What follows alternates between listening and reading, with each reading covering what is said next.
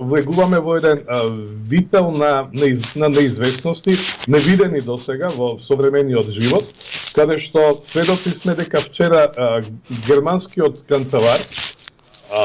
предложи, односно најави дека за прв пат во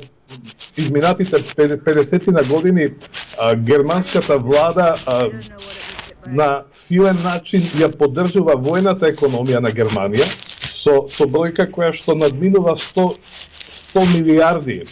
евра, што се случува за прв пат. Исто така за прв пат се случуваат и отворени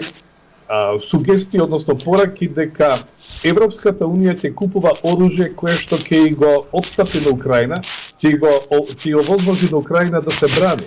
што е легитимно, меѓутоа во дадената ситуација тоа се нови моменти кои што веројатно ќе значат